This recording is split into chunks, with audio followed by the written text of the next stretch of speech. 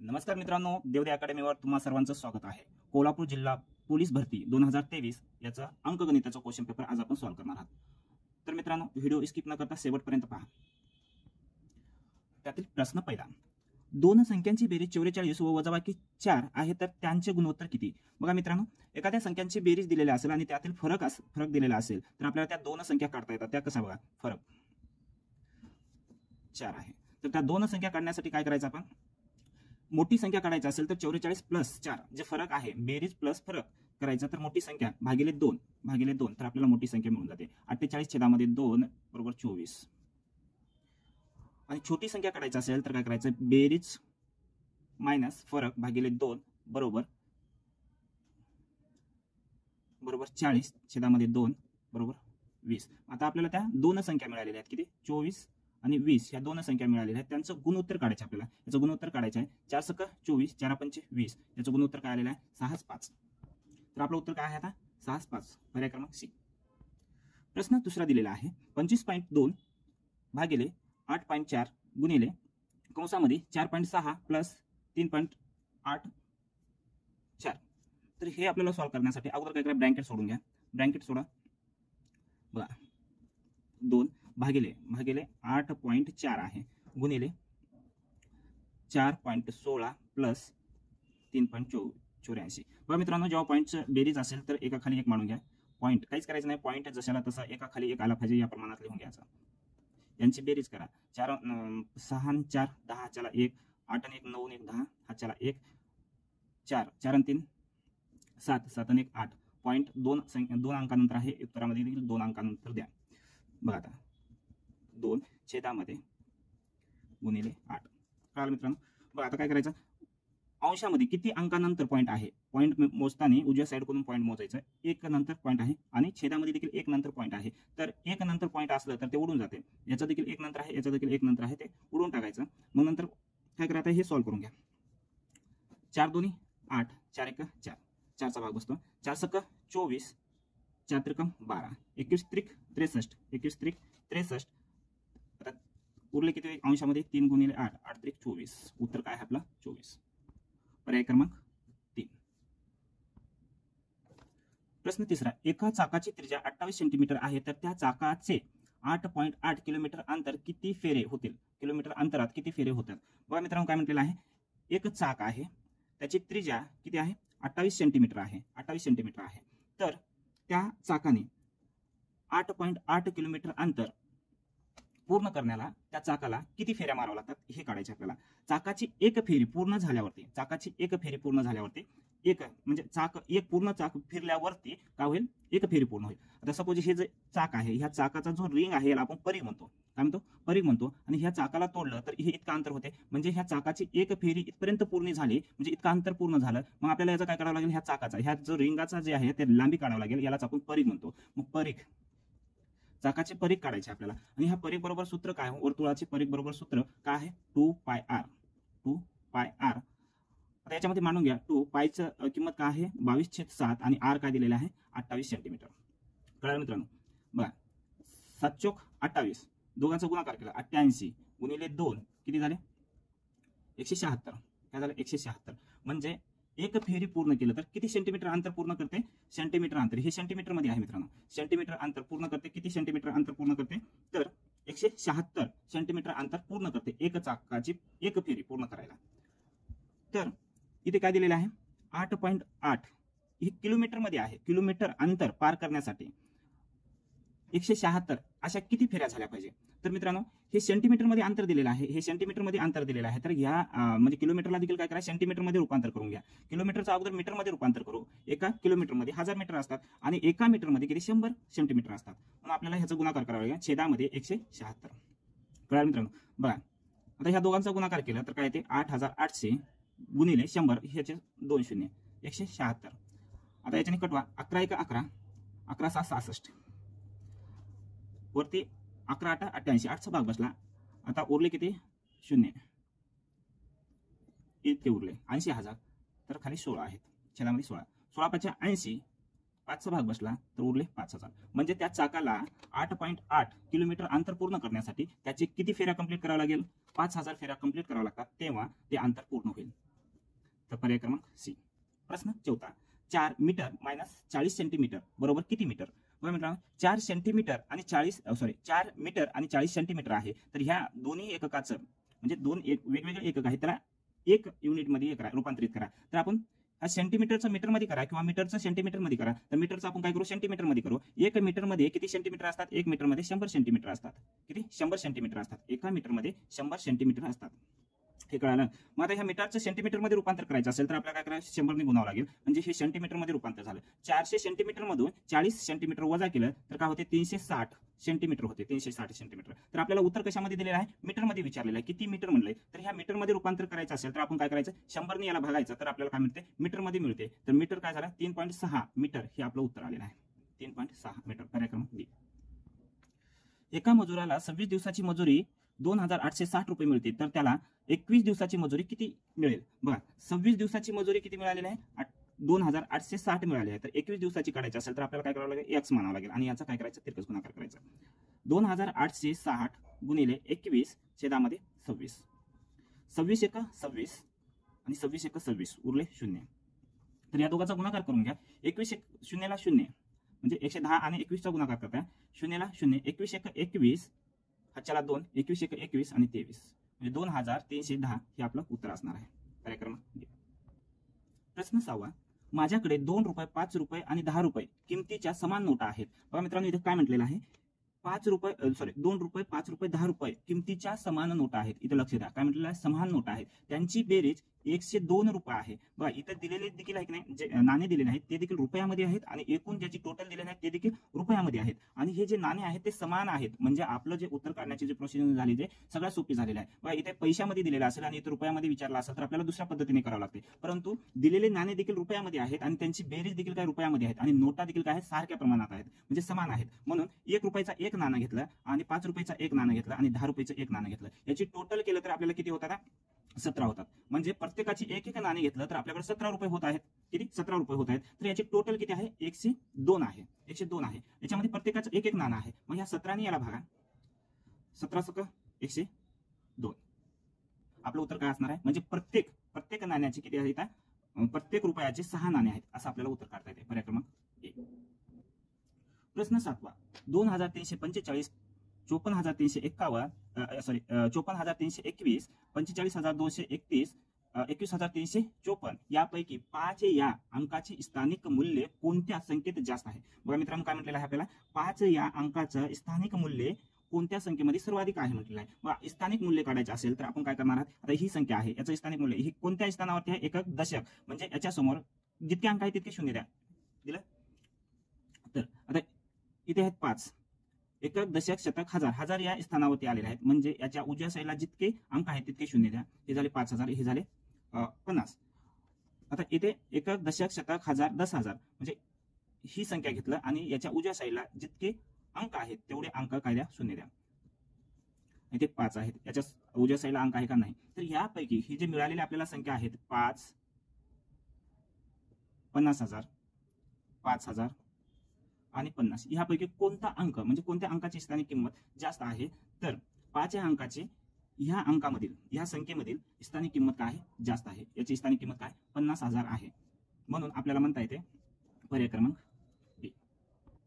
प्रश्न क्रमांक 8 या एका संख्येच्या 50% मधून 50 वजा केले असता बाकी 50 उरते तर ती संख्या कोणती? बघा मित्रांनो जसं सांगितलं तसं करून घ्या. एक संख्या आहे त्याच्यातून 50% वजा 50% काढलं एका संख्येचे 50% काढलं त्यामधून 50 वजा केलं तर बाकी उरलेले आहे उत्तर काय आहे 50 आहे. तर हे समीकरण सोडून घ्या.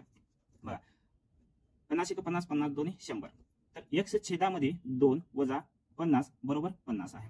बघा हे जे वजाबाकी मध्ये आहे ते बरोबरीच्या पलीकडे घेऊन जा. x छेदामध्ये 2 बरोबरीच्या पलीकडे नेलं तर हे 50 जशाला तसं हे जे मायनस आहे इकडे येऊन प्लस होते. मग ह्या दोघांची बेरीज केलं तर काय होते x बरोबर ह्या दोघांची बेरीज 100 आणि हे जे छेदामध्ये आहे ते बरोबरीच्या पलीकडे जाऊन काय होते अंशामध्ये होते म्हणजे x बरोबर किंमत काय आहे x बरोबर किंमत काय आहे 200 म्हणजे आपलं उत्तर काय येणार आहे पर्याय क्रमांक 1. प्रश्न 9 5000 रुपये विराट रोहित आणि शुभमन यामध्ये 7 8 5 या प्रमाणात वाटल्यास रोहितचा हिस्सा किती? बघा विराट 7 रोहित 8 आणि शुभमन याला 5 या प्रमाणात काय वाटप करण्यात आलेले आहे. टोटल किती आहे 5000 आहे. तर या टोटलची बेरीज करून घ्या म्हणजे याच्या गुणोत्तराची बेरीज करून घ्या 20 आहे.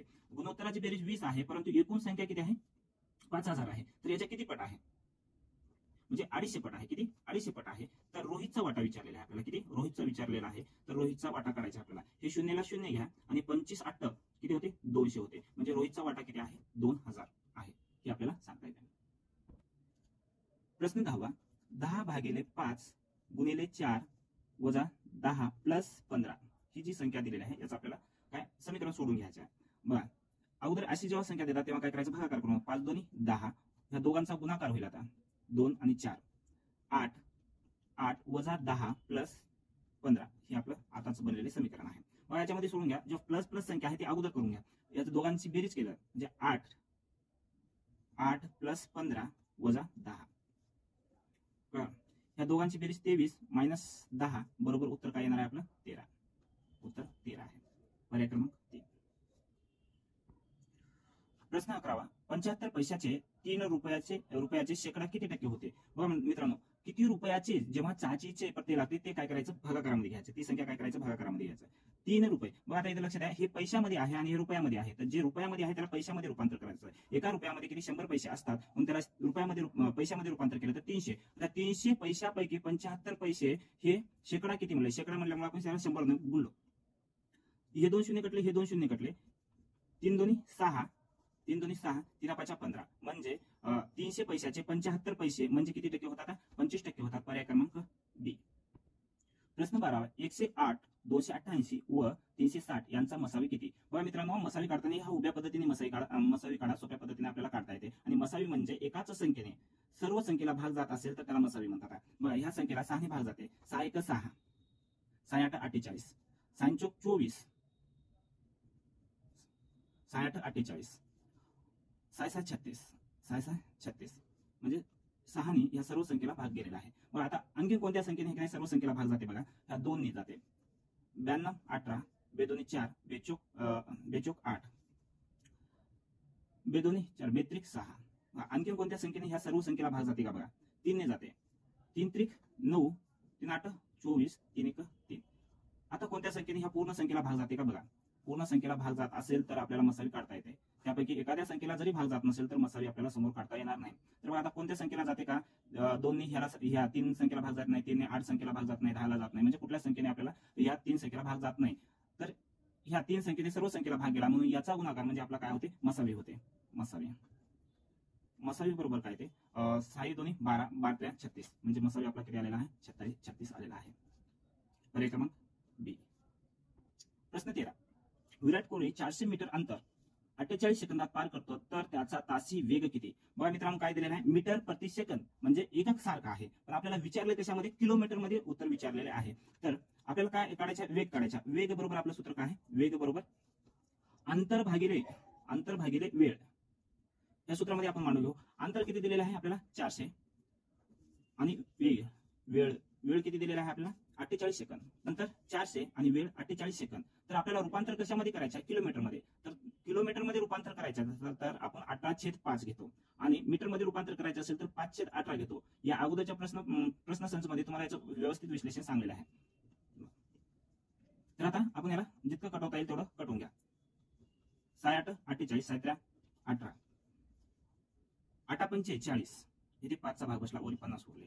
हे 5 कटले हे 5 कटले इथे उरले 10. या दोघांचा गुणाकार केला तर उरले 30 किलोमीटर पर आवर्स असा त्याचा विराट कोहलीचा काय वेग आहे. पर्याय क्रमांक डी. प्रश्न 14 2000 रुपयाचे दर साल 10 शेकडा 5 दराने 5 वर्षासाठी सरळ व्याजाने किती व्याज होईल? बघा मित्रांनो, जेव्हा सरळ व्याज असेल तेव्हा काय करायचं? दर गुणिले आहे की नाही त्याचा वर्ष दोघांचा गुणाकार करायचा. कारण काय आहे? सरळ व्याजामध्ये व्याज हा दरवर्षी कसा असतो? सारखा असतो. मग या वर्षी म्हणजे फर्स्ट वर्षी तर 5% दर म्हणजे व्याज लागत असेल तर दुसऱ्या वर्षी देखील 5% व्याज लागतो. तिसऱ्या वर्षी देखील 5% लागतो आणि चौथ्या वर्षी देखील 5% मुद्दलावरतीच लागत असतो. म्हणजे सरळ व्याजामध्ये व्याजावरती व्याज लागत नाही. म्हणजे 5% जे व्याज आहे ते 5 वर्षे लागतो. 5 ने मग 5 गुणिले 5 25% काढलं तर आपल्याला काय प्रॉब्लेम नाही. म्हणजे 25% काढलं तरी आपल्याला 5 वर्षाचं व्याज मिळून जाते. म्हणून काय करायचं? 2000 गुणिले 25%. हे 25% काय घेतलं आपण?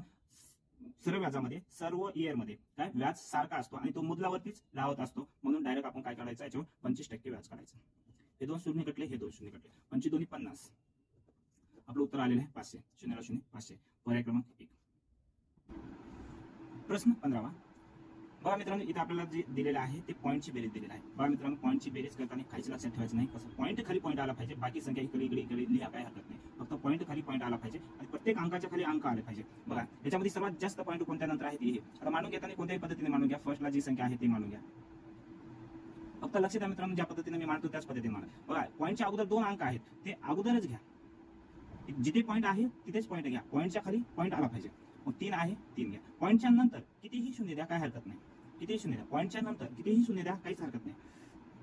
बघा इथे 0 पॉईंट, इथे पॉईंटच्या खाली पॉईंटच आला पाहिजे. मग मांडताना जशाला तसं, म्हणजे बाकी उरलेली संख्या ती जशाला तशी लिहा. बघा इथे 0 द्या, इथे 0 द्या. आपल्याला फक्त ते काय बेरीज करण्याच्या हिशोबाने किती शून्य वाढवा, काहीच प्रॉब्लेम नाही. पॉईंटच्या नंतर बोलतो. बघा इथे 1 नंतर पॉईंट आहे, इथे 1 घ्या आणि पॉईंट द्या आणि उरलेली संख्या जशाला तसं द्या. आणि पॉईंटच्या नंतर तुम्हाला हे रकाने भरायचे असेल तर भरून द्या. बघा काय आलेलं आहे 3. याची बेरीज करत आता 3, इथे 3 2 5, 2 1 3 3 3 6, 1 3 4 4 2 6. पॉईंट आहे, पॉईंटला पॉईंट द्या. या दोघांची बेरीज करून घ्या. 2 आणि 1 3 आणि इथे 1 6 पॉईंट 13.6653 हे आपलं उत्तर आहे. पर्याय क्रमांक डी. फक्त पॉईंट खाली पॉईंट मानून घेण्याचं एवढंच आहे आपल्या बेरीज करताना. बाकी आपली साधी बेरीज आहे तशीच करा. प्रश्न 16वा. 5 संख्यांची सरासरी 17 आहे, त्यापैकी 4 संख्यांची सरासरी 16 आहे. बघा इथे किती येतात 5, 1 2 3 4 आणि 5. 5 संख्यांची सरासरी आहे म्हणजे 17 आणि यापैकी 4 संख्यांची सरासरी आहे, यापैकी 4 संख्यांची सरासरी आहे 16. म्हणजे ह्या दोघांचे वजाबाकी केलं तर आपल्याला काय होते 5वी संख्या मिळून जाते. लक्षात आलं मित्रांनो. बघा सरासरी दिली असेल तर आपल्याला त्याची बेरीज काढायची असेल, सरासरीला एकूण जेवढे संख्या आहेत त्याच्याने काय करायचं गुणायचं. 17 × 85 85 आलं म्हणजे 5 संख्यांची सरासरी 85 आहे आणि 4 संख्यांची सरासरी किती आहे 64 आहे. तर आपल्याला याच्यामधली म्हणजे ह्या 5 मधून हे 4 गेले तर उरल्यावरती मग याची वजाबाकी करावी लागेल. उरलेली संख्या ही आपली 5वी असणार आहे. तर उरलेली संख्या किती आहे 21 म्हणजे 5वी संख्या आपली काय असणार आहे तर 21 असणार आहे. पर्याय क्रमांक 1. प्रश्न 17वा. एका व्यक्तीचा पगार रुपये 57,850 आहे. त्यांचा पगार, त्याच्या पगारामध्ये 20% वाढ झाली तर त्यांची नवीन पगार किती. बघा मित्रांनो, आता आपल्याला याची पगार किती आहे 57,850. ही पूर्ण पेमेंट आहे. पूर्ण पेमेंट ही आपण कशामध्ये लिहितो 100 आहे. 100 म्हणजे पूर्ण झाले. ही पूर्ण पेमेंट किती आहे 57,850. तर ह्या पेमेंट मध्ये किती टक्के वाढ झालेली आहे 20% म्हणजे ह्या 100चे आपण काय करायचे, ह्या 100चे देखील 20% काढून घ्या. ह्या 100चे 20% काढलं, ह्या 100चे 20% काढलं तर काय होते 20 होते. म्हणजे वाढली किती 20% वाढली म्हणजे 100 होती तर 120 झाली. किती 120 झाली. तर 100 बरोबर आहे की नाही 57,850 आहे. तर 120 बरोबर किती असणार याचा आपण काय करणार आहोत त्रिपट गुणाकार करणार आहे. म्हणजे 57,850 गुणिले 120 भागिले 100. हे 0 कटला, हे 0 कटला, हा 0 कटला, हा 0 कटला. मग आता ह्या दोघांचा गुणाकार करून घ्या. 12 पंचे 60, हातच्याला 6, 12 8 96, 96 6 किती झाले 102, हातच्याला 10, 12 7 84, 84 10 94, हातच्याला 9, 12 पंचे 60, 60 आणि 9 69 म्हणजे 69,420 हे याची काय झालेली आहे पगार झालेली आहे, नवीन पगार. तर पर्याय क्रमांक डी. प्रश्न 18. एक ट्रेन 90 किलोमीटर प्रति तास या वेगाने एका खांबाला 10 सेकंदात ओलांडते तर त्या ट्रेनची लांबी किती. बघा मित्रांनो, एखादी ट्रेन एखाद्या खांबाला किंवा एखाद्या व्यक्तीला ओलांडत आहे म्हणजे ती स्वतःलाच ओलांडत आहे. म्हणजे स्वतःची जेवढी लांबी आहे तेवढं अंतर पार करत आहे. म्हणजे त्या ट्रेनची जेवढी लांबी आहे ते अंतर ती किती 10 सेकंदामध्ये पार करत आहे. बघा अंतर बरोबर काय आहे, अंतर बरोबर वेळ गुणिले वेग हे सूत्र आहे आपलं. कळलं मित्रांनो. आता इथे काय ह्या गाडीचं जो वेग आहे किलोमीटर मध्ये आहे आणि आपल्याला त्याचं काय लांबी जी काढायचं आणि हे वेळ काय सेकंदामध्ये आहे आणि आपल्याला त्याची जी लांबी आहे ती मीटर मध्ये काढायची आहे. तर मीटर मध्ये काढायचं असेल तर आपल्याला 518 हे एकक घ्यावं लागेल. कळलं मित्रांनो. बघा आता वेग किती आहे, वेळ किती आहे 10 सेकंद आणि वेग त्याचा किती आहे 90 गुणिले 518 गुणिले 518, 18 पंचे 90, 5 5 25, 25 गुणिले 10 म्हणजे किती झालेलं आहे 250 मीटर ही त्या गाडीची काय आहे लांबी आहे. आपलं उत्तर काय येणार आहे पर्याय क्रमांक सी. प्रश्न 19. एका कामाला ए 24 दिवस लागतात. एला एक काम करायला 24 दिवस लागतात. बी ला ते काम करायला 48 दिवस लागतात. किती? 48 दिवस लागतात. आणि सी ला ते काम करायला 16 दिवस लागतात. तर ए बी सी मिळून ते काम किती दिवसात करते हे आपल्याला काढायचं आहे. बघा मित्रांनो, आता हे एक काम करत आहेत. आता हे कोणतं काम करत आहेत ते माहित नाही. आपण सपोज धरू की एक चेअर बनवत आहेत. हे लोक काय करत आहेत? चेअर बनवत आहेत. चेअर बनवत आहेत. तर हे किती चेअर बनवतात हे देखील माहित नाही. आपण ह्या सगळ्यांची लसावी काढू, म्हणजे यांच्या दिवसांनी एखाद्या संख्येला पूर्ण भाग जाते अशी संख्या घेऊ. किती घेऊ? 48. याचा सर्वांचा लसावी काढलं तर काय येते? 48 येते. बघा 24 दिवस एक काम आहे की 24 दिवस काम करतो, तर त्यानं काय करते? 48 खुर्च्या बनवत असेल तर 24 दिवस बनवत असेल तर एका दिवसाला किती चेअर बनवतो तो? तर 2 चेअर, म्हणजे 24 2 48. बी ला तेच काम करायला 48 दिवस लागतात, म्हणजे तो किती चेअर बनवतो? 1 चेअर बनवतो. आणि सी ला ते काम करायला 16 दिवस लागतात, म्हणजे तो किती? 3. एका दिवसाला किती? 3 चेअर बनवतो, म्हणजे 16 48. तर हे सर्व एकत्र मिळून ते काम किती दिवसात? ते काम किती आहे? 48 आहे. तर किती दिवसात बनवतील? एका दिवसाला हा 2 बनवतो, हा 1 बनवतो, 3 झाले, आणि हा 3 बनवतो. म्हणजे एका दिवसामध्ये हे तिघं मिळून किती काम पूर्ण करतील? 6 काम पूर्ण करतील. तर 48 काम किती दिवसात पूर्ण करतील? 6 8 48, म्हणजे 8 दिवसात ते लोक सर्व मिळून काय करते? 48 दिवसात ते काम 8 दिवसात ते काम पूर्ण करतील. 48 हे काम 8 दिवसात पूर्ण करतात, म्हणून आपलं उत्तर काय? पर्याय क्रमांक डी. प्रश्न 20. एका स्टँडवर काही मोटरसायकली व 3 चाकी रिक्षा उभे आहेत. त्यांच्या चाकाची एकत्रित संख्या 45 असून हँडलची संख्या 19 आहे. तर त्या स्टँडवर मोटरसायकली व 3 चाकी रिक्षा अनुक्रमे किती आहेत हे काढायचे आहेत. मोटरसायकली अगोदर काय म्हटलेलं? मोटरसायकली आणि 3 चाकी रिक्षा किती आहेत? बघा मित्रांनो, मोटरसायकल आपण एक्स मानू आणि रिक्षा हे आपण वाय मानू. कळालं? बघा, मोटरसायकल आणि रिक्षा मिळून एकूण किती आहे? त्याच्या हँडल म्हणजे त्यांची संख्या आहे 19 आहेत. आणि त्यांच्या चाकाची संख्या किती आहे? बघा, मोटरसायकलीला किती चाका असतात? 2 एक्स, आणि रिक्षाला 3 वाय, बरोबर किती आहेत? 45 आहेत. तर मित्रांनो, आपल्याला याची वजाबाकी करावं लागेल, पण याच्यामध्ये आपल्याला दोन्हीपैकी एकाची संख्या काढता येते. तर त्याच्यासाठी आपल्याला काय करावं लागेल? कोणत्याही समीकरणाला काय करावं लागेल? एक तर 2 एक्स करावं लागेल, नसता 3 वाय करावं लागेल. ते करण्यासाठी आपल्याला काय करावं लागेल? ह्या समीकरणाला 2 ने गुणणे, पूर्ण समीकरणाला 2 ने गुणावे लागेल. मग ह्या समीकरणाने 2 ने गुणलं तर काय येते? बघा, 2x प्लस 2y, आणि ह्याला देखील 2 ने गुणावं लागेल. 19 2 38. मग ह्या दोन समीकरणाची काय करा? वजाबाकी करा. 2 समीकरणाची वजाबाकी केलं, हे धन आहे हे ऋण आहे, हे 2 कटून जातात. आणि इथे काय? हे धन आणि हे ऋण याच्यामधून गेलं तर काय? 3y मधून 2y गेले तर काय राहिले? y. आणि ह्या दोघांची बेरीज केलं तर उरली किती? 7. म्हणजे y म्हणजे काय आहेत? रिक्षा किती आहेत? 7. तर मोटरसायकल किती असतील? म्हणजे टोटल किती आहेत? 19 मधून 7 गेले तर मोटरसायकल किती आहेत? 12 आहेत. तर विचारले का आपल्याला मोटरसायकल व 3 अंकी रिक्षा अनुक्रमे किती असतील? तर 12 आणि 7. पर्याय क्रमांक 1 हे आपलं उत्तर आहे. प्रश्न 21. 8 3 स्टार 3 9 या संख्येला 11 ने निशेष भाग जातो, तर स्टारच्या ठिकाणी कोणता अंक येईल म्हटलेला आहे. बघा मित्रांनो, आता 11 ने निशेष भाग जातो, तर आपल्याला 11ची कसोटी माहित पाहिजे. 11ची कसोटी काय आहे? 2 विषम स्थानामधील अंकांची बेरीज व त्यांची वजाबाकी केली असता जे उत्तर येते ते 0 किंवा 11च्या पटीमध्ये येत असेल तर त्या संख्येला 11 ने पूर्ण भाग जातो. बघा मित्रांनो, किती आहे ते? 8 3 स्टार 3 आणि 9. बघा, आता व्याख्या काय म्हटली ते कळते आता तुम्हाला. हे विषम स्थान म्हटलेलं आहे. ह्या दोघांचं आणि ह्या दोघांचं, हे जे विषम स्थान आहे, आणि ह्या दोघांचं विषम स्थान, ह्या दोघांची बेरीज करा. 8 स्टार आणि 9. 8 प्लस स्टार अधिक 9 वजा 3 प्लस 3 ह्याची वजाबाकी केला 17 मायनस 6. आता या स्टारच्या जागी स्टार असू द्या. ह्या दोघांची वजाबाकी केलं तर काय येते? 11 येत आहे. म्हणजे आपल्याला म्हणायचं 11 ने निशेष भाग जाण्यासाठी ह्या दोघांमधला फरक किती आला पाहिजे? 11 किंवा 0 किंवा 11च्या पटीमध्ये येत असेल तर काय होते? त्या संख्येला निशेष भाग जातो. तर या स्टारच्या जागी आपण 9 अंक ठेवला तर फरक काय येते? 9 येते. मग ते त्याला 11 ने भाग जात नाही. म्हणजे या स्टारच्या ठिकाणी 0 हा अंक असला तर आपल्याला काय? ह्या 11 ने पूर्ण निशेष भाग जातो. म्हणून आपला पर्याय क्रमांक आहे सी. प्रश्न 22. प्रत्येक 1 मीटर अंतरावर एक याप्रमाणे 14 झाडे एका रांगेत आहेत, तर पहिल्या व शेवटच्या झाडामध्ये अंतर किती? बघा मित्रांनो, आता इथे 14 झाडे लावलेले आहेत एका मीटरवरती. आपण एक सपोज मध्ये धरू, एका मीटरवरती 5 काय झाडे लावलेले आहेत? 1 2 3 4 5 एका मीटरवरती आहे. बघा, याच्यामधलं अंतर 1 2 3 4. बघा मित्रांनो, जे पहिल्या वेळेस जो झाड लावलेले असते याच्यामधला डिस्टन्स नसते, ते सुरुवातीला लावलेले असते. बघा, याच्यामधला डिस्टन्स काढायचा असेल मीटर, 1 मीटर 2 मीटर 3 मीटर आणि 4 मीटर. म्हणजे जेवढे झाड आहेत त्यापेक्षा 1 मीटर काय मिळालेले आहे? कमी मिळालेले आहे. कळालं मित्रांनो? कारण एक झाड हे प्रथम लावलेलं आहे, त्याच्यामध्ये डिस्टन्स नाही. याच्यामध्ये डिस्टन्स आहे का नाही, हा प्रथमच लावलेला आहे. म्हणून आपल्याला काय म्हटलेलं आहे, 1 मीटरवरती 1 मीटर अंतरावरती असे एकूण 14 झाडे लावलेले आहेत. तर पहिल्यापासून शेवटच्या ह्याच्यामध्ये ह्या दोघांमध्ये अंतर किती आहे, 4 आहे. तर ह्या दोघांमध्ये काय अंतर असणार आहे, म्हणजे एकूण 1 पासून 14 लावलेले आहेत. तर याच्यामध्ये 14 मायनस 1 करायचं, तर अंतर किती असेल, 13 मीटर. 13 मीटरचा अंतर असेल. पर्याय क्रमांक आपला डी.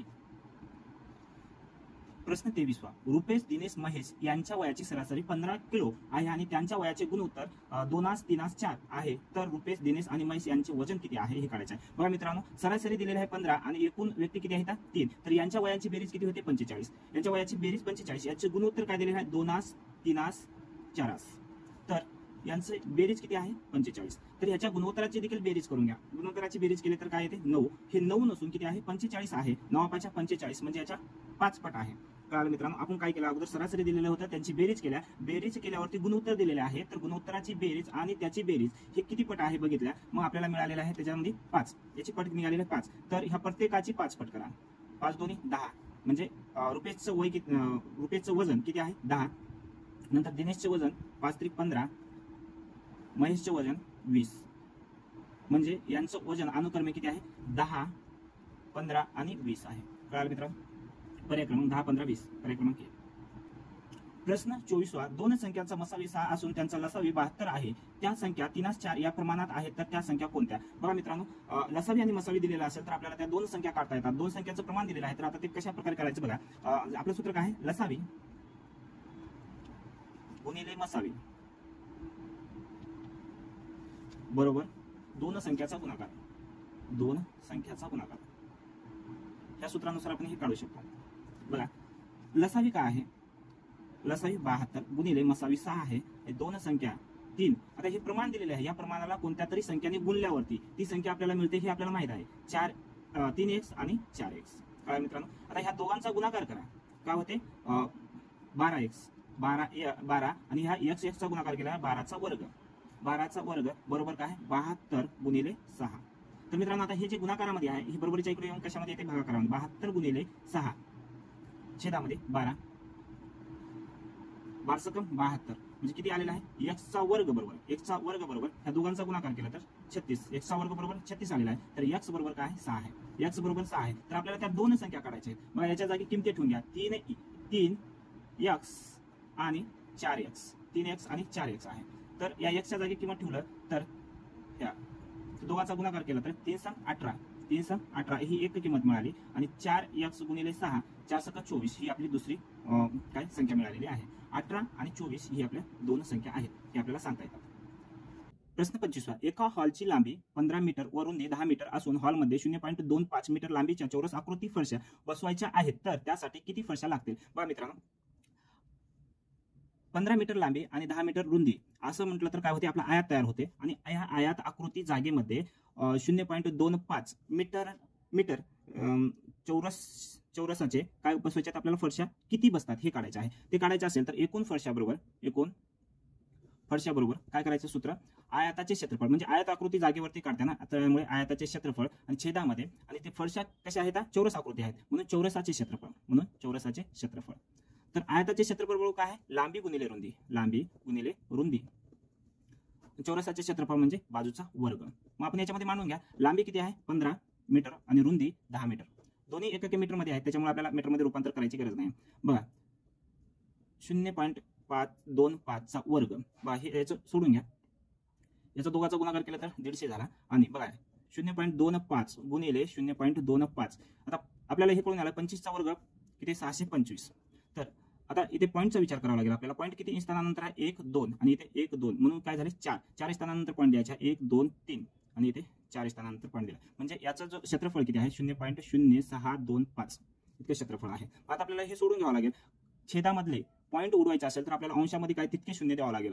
तितके शून्य देता येतात. किती, 4 आहेत. 1 2 3 4 छेदामध्ये 25 ने याला भाग दिला तर 25 चा भाग बसला 25 × 150. 25 × 150. 25 × 25. 25 दोन्ही 50. 25 दोन्ही 50. इथे उरले 10. 25 चौक 100. 25 चौक 100. उरले 2 शून्याला जसा तसा. म्हणजे एकूण किती फरशा बसतील तर 2400 फरशा त्याच्यामध्ये बसतील. तर पर्याय क्रमांक सी. प्रश्न 26वा. अजय व विजय यांच्या वयांची बेरीज 19 वर्ष आहे. विजय अजयपेक्षा 3 वर्षांनी लहान आहे. तर अजयचे वय किती. बघा मित्रांनो, या दोघांच्या वयांची बेरीज दिलेली आहे, दोघांच्या वयाची बेरीज दिली आहे आणि विजय हा अजयपेक्षा 3 वर्षांनी लहान आहे, म्हणजे ह्या दोघांच्या वयामधला फरक दिलाय. बेरीज देऊन फरक दिलेला असेल तर आपल्याला लहान आणि मोठ्या व्यक्तीचं वय काढता येते. बघा बेरीज किती आहे, 19 आहे आणि दोघांच्या वयामधला म्हणजे लहान मोठा आहे म्हणजे त्याच्यामधला काय फरक आहे, फरक 3 वर्ष आहे. तर असं दिलेलं असेल तर आपल्याला याच्यातून छोट्या व्यक्तीचं वय आणि मोठ्या व्यक्तीचं वय काढता येते. तर मोठ्या व्यक्तीचं वय काढायचं असेल तर बेरीज प्लस त्याचा फरक घ्यायचा भागिले 2 आणि लहान व्यक्तीचं वय काढायचं असेल तर बेरीज वजा फरक भागिले 2. आपल्याला काय म्हटलेलं आहे, कोणाचं वय काढायला म्हटलेलं आहे, विजयपेक्षा अजयचे वय 3 वर्षांनी लहान आहे तर अजयचे वय काढा म्हटलेलं आहे. म्हणजे अजय हा विजयपेक्षा 3 वर्षांनी मोठा आहे तर मोठ्या व्यक्तीचं वय काढा म्हटलेलं आहे. तर मोठ्या व्यक्तीचं वय काढताना आपल्याला हे दोघांची बेरीज केलं तर काय ते 22/2 बरोबर 11 वर्ष आहे. म्हणजे कोणाचं, अजयचे वय किती आहे, 11 वर्ष आहे, हे उत्तर मिळते. तर आपल्याला विचारलं असतं अजय कोणाचं वय विचारलं असतं, विजयचे वय विचारलं असेल तर आपण काय केलं असतं, या दोघांची वजाबाकी केलं. 16/2 8 8 आणि 11 9 19 हे आपलं उत्तर बरोबर येऊ लागलंय. मग आपल्याला छोट्याचं वय विचारलं असेल तर 8 आणि मोठ्याचं वय विचारलं असेल तर 11 वर्ष, हे आपलं उत्तर झालं. तर अशा प्रकारे आपण मित्रांनो हे प्रश्नसंच आपण पूर्ण केलेला आहे. तर तुम्हाला हा व्हिडिओ आवडला असेल तर मित्राला शेअर करा, लाईक करा. धन्यवाद.